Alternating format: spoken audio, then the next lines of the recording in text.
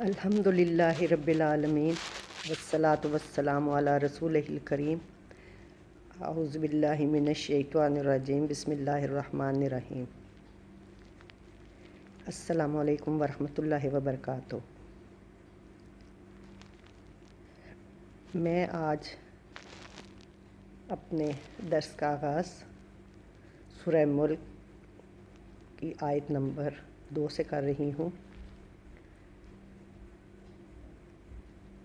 بسم اللہ الرحمن الرحیم۔ الذی خلق الموت والحیات لیبلوکم ایکم احسن عملا۔ ترجمہ، اس نے یعنی اللہ تعالیٰ وہ ذات خلق الموت جس نے موت کو والحیات اور زندگی کو پیدا کیا، خلقہ بنایا، پیدا کیا، لیبلوکم تاکہ وہ تم کو آزمائے، ایکم احسن عملا کہ تم میں سے بہترین عمل کون کرتا ہے، یعنی الذی خلق الموت والحیات لیبلوکم ایکم احسن عملا۔ اب اللہ سبحانہ تعالیٰ نے زندگی اور موت کو کس لیے پیدا کیا؟ ہمارے امتحان کے لیے، کہ اللہ سبحانہ تعالیٰ نے دنیا میں ہمیں کس لیے بھیجا ہے؟ ہمارے امتحان کے لیے کہ ہم دنیا میں رہ کر کیسے عمل کرتے ہیں۔ تو یہ زندگی دراصل اس بات کا امتحان ہے کہ اللہ سبحانہ تعالیٰ نے ہمیں جو نعمتیں عطا کی، ان نعمتوں کو ہم کس طرح استعمال کرتے ہیں، کس کی مرضی سے استعمال کرتے ہیں، اپنے رب کی یا اپنے نفس کی؟ کیونکہ ہمارا نفس ہی ہمیں ہر طرف ورگلاتا ہے، اور نفس سب سے بڑا دشمن انسان کا نفس ہے، کیونکہ نفس ہی ہر طرف لے کر جاتا ہے۔ اس لیے ہمیں اللہ تعالیٰ کی جتنی دی ہوئی نعمتیں ہیں وہ شکر ادا کرتے ہوئے اللہ تعالیٰ کی مرضی کے مطابق ہی استعمال کرنی ہے، اور ہر نعمت پہ اللہ تعالیٰ کا لاکھ لاکھ شکر ادا کرنا ہے۔ کیونکہ دنیا میں اللہ سبحانہ تعالیٰ نے ہمیں جو بھیجا ہے یہ بیکار نہیں بھیجا۔ اللہ سبحانہ تعالیٰ نے ہمارے ساتھ ہر قسم کی نعمت، ہر ضروریات زندگی ہمارے لیے ہمارے آنے سے پہلے ہی دنیا میں رکھی ہوئی تھی۔ کیونکہ زندگی جو ہے اس دنیا میں آنے کا نام اور دنیا سے جانے کا نام یعنی واپسی کا نام موت ہے۔ اسی عرصے میں ہم نے اللہ تعالیٰ کے بتائے ہوئے راستے کے مطابق دنیا میں زندگی گزارنی ہے، کہ ہم نے ہر وہ کام کرنا ہے جو میرے رب کی مرضی کے مطابق ہو، اور ہم نے کس لیے وہ کام کرنا ہے؟ اپنے رب کی مرضی کے مطابق، اپنے خالق کی مرضی کے مطابق، کہ وہ جو کام ہم خالق کی مرضی کے مطابق کریں گے آخرت میں بھی وہی اعمال ہمارے کام آئیں گے جو اللہ کی رضا کے لیے ہوں گے، اور وہ کام نہیں آئیں گے جو ہمارے اپنے ذاتی نفس کے لیے ہوں گے۔ کیونکہ انسان نے زمین پر ابھی قدم رکھا نہ تھا کہ اللہ سبحانہ تعالیٰ نے اس کے لیے ایک عارضی جہاں تیار کیا ہوا تھا۔ اس جہاں کو اللہ سبحانہ تعالیٰ نے طرح طرح کی نعمتوں سے مالا مال کیا۔ کس کے لیے؟ انسان کے لیے۔ کہیں نہریں، کہیں دریا، کہیں سمندر، کہیں کھیت، کہیں باغات، اور کہیں جنگل، اور کہیں وادیاں، کہیں گھاٹیاں، اور کہیں پہاڑ، اور پھر انسان کی ضرورت کے مطابق اسے مناسب ماحول بھی فراہم کیا، اور جس چیز کی ضرورت تھی وہ مہیا فرمائی۔ اس دنیا کو، اس جہاں کو دنیا اور یہاں جینے کو زندگی سے یاد کیا جاتا ہے۔ انسان دنیا میں اپنی مرضی سے نہیں آیا بلکہ ایک نظام کے تحت لایا گیا ہے۔ پھر اس نے اس آباد جہاں کا نظارہ کیا اور اس سے فائدہ اٹھایا۔ اسی طرح ایک دن انسان اپنی مرضی کے بغیر اس دنیا سے رخصت ہوگا۔ جس طرح اپنی مرضی کے بغیر دنیا میں بھیجا گیا، اسی طرح اپنی مرضی کے بغیر اس دنیا سے رخصت ہوگا اور ایک دوسرا جہاں اس کے لیے آباد ہوگا۔ اس جہاں کو عالم آخرت سے تعبیر کیا جاتا ہے۔ عالم دنیا میں آنے سے قبل انسان کو یہاں کی زندگی کے متعلق کچھ اندازہ نہ تھا، مگر اس دنیا کے بعد جو کچھ پیش آنا ہے اس کے متعلق ہمیں بہت کچھ بتا دیا گیا ہے، اور یہ جہاں دارالامتحان اور وہ جہاں دارالجزا ہے۔ یہاں خواہشات پر کنٹرول کرنا ہے اور وہاں ہر خواہش نے پورا ہونا ہے، اور یہ جہاں فانی ہے اور وہ ہمیشہ کے لیے ہے۔ یہاں محنت اور مشقت ہے اور وہاں جزا اور سزا۔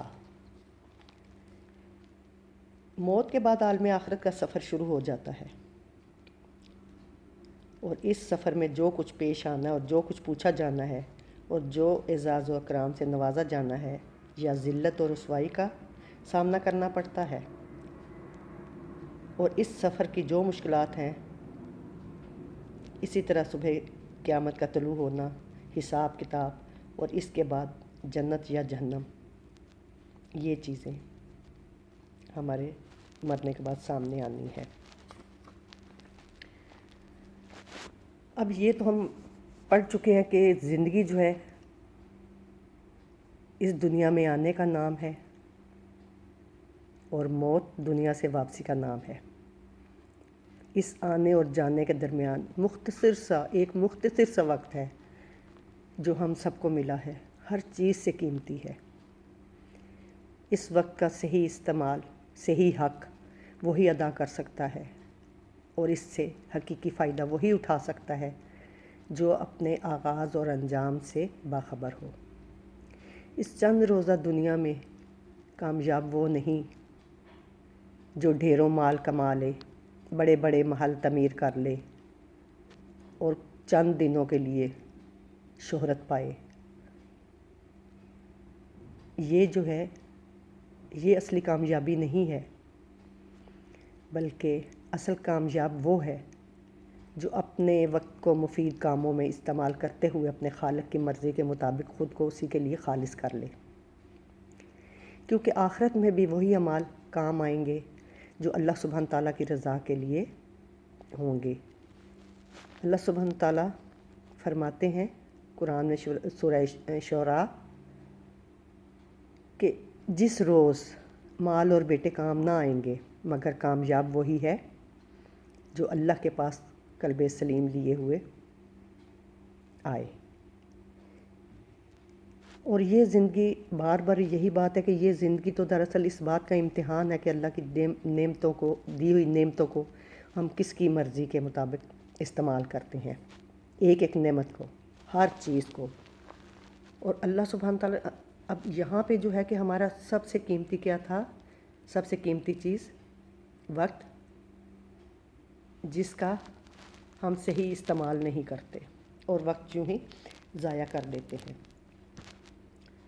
اب اللہ سبحانہ تعالیٰ نے صرف اس لیے ہمیں اپنے لیے ہی نہیں بھیجا۔ اللہ سبحانہ تعالیٰ کا فرمان ہے کہ تم ایک بہترین امت ہو، یعنی کنتم خیر امت اخرجت للناس تأمرون بالمعروف وتنہون عن المنکر۔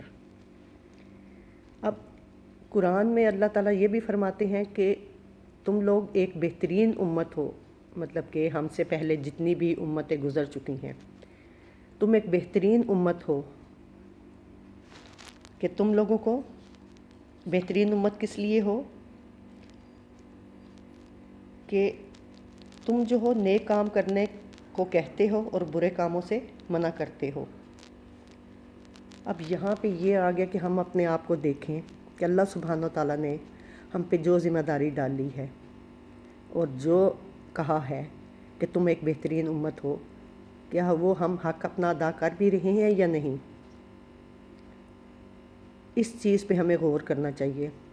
ہمیں اپنا محاسبہ کرنا چاہیے، ہمیں دیکھنا چاہیے کہ ہم نے کیا کیا کام کیے ہیں، کیا کیا نیکیاں کی ہیں، کہ صرف ہم نے اپنے آپ کو ہی نہیں دیکھنا، ہم دیکھیں کہ ہم نے دوسروں کو بھی، ہمیں جس نیک چیز کا، کوئی کہتے ہیں کہ کوئی مومن کو کوئی ایک حدیث بھی یاد ہو یا کہیں سے دین کی کوئی ایک چھوٹی سی حدیث بھی مل جائے تو اس کا دوسروں تک پہنچانا ہمارا کام بنتا ہے کہ ہم اس کو پہنچائیں۔ جو چیزیں ہمیں پتہ ہے، جتنی ہم نے تعلیم حاصل کی ہے، جتنا ہم نے پڑھا ہے لکھا ہے، تو ہمارا کام ہے ہم وہ چیزیں دوسروں تک بھی پہنچائیں تاکہ وہ بھی ان چیزوں سے فائدہ اٹھا سکیں۔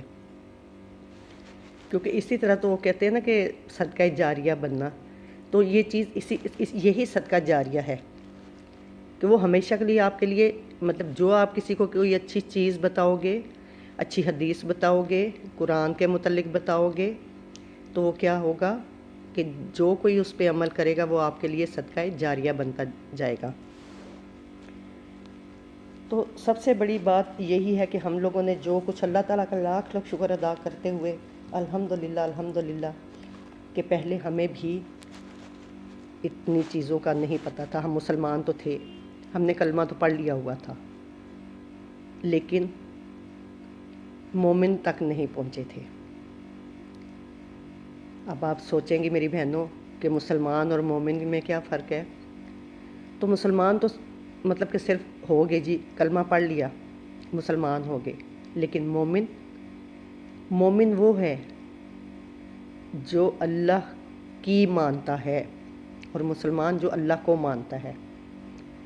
اب یہاں پہ آ گیا کہ اس نے کلمہ پڑھ لیا، اللہ کو مان لیا، لیکن مومن بننا اللہ کی ماننا کہ جو اللہ سبحانہ وتعالیٰ نے قرآن میں فرما دیا ہے، ہماری زندگی کے فیصلے کر دیے ہیں، ہمیں راستے دکھا دیے ہیں، ہمیں ابھی انہی راستوں پہ چلنا ہے، وہی حکم بجا لانے ہیں جو میرے پروردگار نے ہمیں بتائے ہیں۔ اس میں ہم اپنی مرضی نہیں دیکھیں گے، ہم اپنا نفع نقصان نہیں دیکھیں گے، بلکہ اپنی زندگی جئیں گے بھی تو اپنے خالق کے مرضی کے مطابق، اور مریں گے بھی تو اپنے خالق کی مرضی کے مطابق۔ تو آج کا یہ میرا پہلا درس تھا۔ انشاءاللہ تعالیٰ اگر اللہ سبحانہ وتعالیٰ نے موقع دیا تو انشاءاللہ تعالیٰ اگر آپ کی طرف سے حوصلہ افزائی ہوئی تو میں اس روشنی کے سفر کو آگے انشاءاللہ تعالیٰ لے کے چلتی رہوں گی، تاکہ اللہ سبحانہ وتعالیٰ نے جو ہم پہ ذمہ داری ڈالی ہے اس کو ہم آگے بڑھاتے جائیں۔ تو اس کے ساتھ ہی اللہ تعالیٰ سے دعا ہے کہ اللہ سبحانہ وتعالیٰ ہمیں اس صراط مستقیم پر چلنے کی توفیق عطا فرمائے، اور جو انجانے میں ہم سے کوئی غلطیاں گناہ ہوگی اللہ سبحانہ وتعالیٰ ہمیں معاف فرمائے، آمین۔ اور اللہ تعالیٰ ہم جئیں بھی تو ایمان کی حالت میں، اور اگر مریں بھی تو ایمان کی حالت میں، آمین۔ وآخر دعوانا الحمدللہ رب العالمین۔